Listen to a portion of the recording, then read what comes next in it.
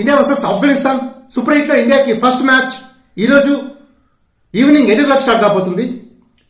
ఈ super 8 matches అన్ని West Indies జరిగిపోతున్నాయి. వెస్టిండీస్ లో స్పిన్ ట్యాకింగ్స్ ఎక్కువ ఉంటాయి.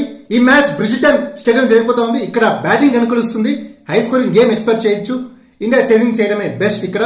అలాగే ఆఫ్ఘనిస్తాన్ ఈ టీ20 వరల్డ్ కప్ లో ఫామ్ లో ఉంది. ఒక ఇంటర్నేషనల్ పాయింట్ ఆఫ్ఘనిస్తాన్ సంబంధించి ఏమిటంటే ఈ టీ20 వరల్డ్ కప్ లో ఇప్పటి వరకు జరిగిన మ్యాచెస్ లో highest wicket taker 12 wickets Farooqi పేరు మీద ఉంది రికార్డ్.